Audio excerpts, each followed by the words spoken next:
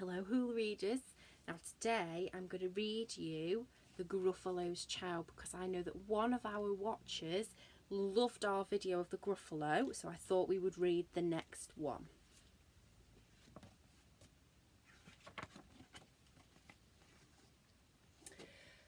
The Gruffalo said that no Gruffalo should ever set foot in the deep dark wood. Why not? Why not? Because if you do, the big bad mouse will be after you. I met him once, said the Gruffalo. I met him a long time ago. What does he look like? Tell us, Dad. Is he terribly big and terribly bad? I can't quite remember, the Gruffalo said. Then he thought for a minute and he scratched his head. The big bad mouse is terribly strong, and his scaly tail is terribly long. His eyes are like pools of terrible fire, and his terrible whiskers are tougher than wire. One snowy night, when the Gruffalo snored, the Gruffalo's child was feeling bored. The Gruffalo's child was feeling brave, so she tiptoed out of the Gruffalo's cave. The snow fell fast and the wind blew wild. Into the wood went the Gruffalo's child.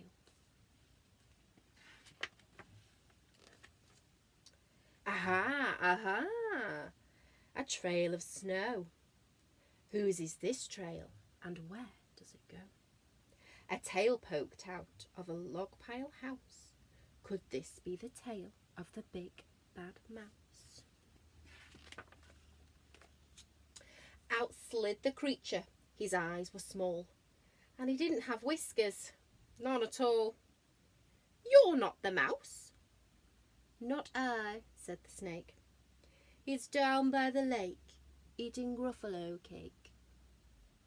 The snow fell fast, and the wind blew wild. I'm not scared, said the Gruffalo's child. Aha, aha. Marks in the snow. Whose are these claw marks and where do they go? Two eyes gleamed out of a treetop house. Could these be the eyes of the big bad mouse? Down flew the creature. His tail was short and he didn't have whiskers of any sort. You're not the mouse. Too-hoo, I'm not. But he's somewhere nearby, eating Gruffalo pie. The snow fell fast and the wind blew wild. I'm not scared, said the Gruffalo's child. Aha, ahoo, a track in the snow. Whose is this track and where does it go? Whiskers at last, and an underground house. Could this be the home of the big bad mouse? Out slunk the creature. His eyes weren't fiery. His tail wasn't scaly, and his whiskers weren't wiry. You're not the mouse. Oh no, not me. He's under a tree, drinking Gruffalo tea. It's all a trick, said the Gruffalo's child, as she sat on a stump where the snow lay piled. I don't believe in the big bad mouse.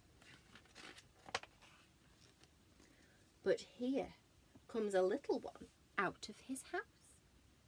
Not big, not bad, but a mouse at least. You'll taste so good as a midnight feast. Wait, said the mouse, before you eat. There's a friend of mine you ought to meet. If you'll let me hop onto this hazel twig, I'll beckon my friend, so bad and so big. The Gruffalo's child unclenched her fist. The big bad mouse, so he does exist. The mouse hopped onto the hazel tree. He beckoned, then said, just wait and see.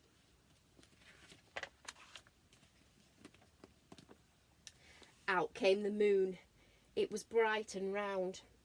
A terrible shadow fell onto the ground. Who is this creature so big, bad and strong? His tail and his whiskers are terribly long.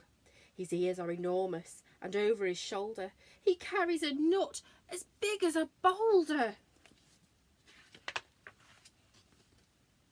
The big bad mouse yelled, "The Gruffalo's child." The mouse jumped down from the twig and he smiled. Aha, aha, prints in the snow. Whose are these footprints and where do they go? The footprints led to the Gruffalo's cave, where the Gruffalo's child was a bit less brave. The Gruffalo's child was a bit less bored. And the Gruffalo snored and snored and snored. He's a bit sneaky, that mouse. Okay, I hope to see you all tomorrow for another story.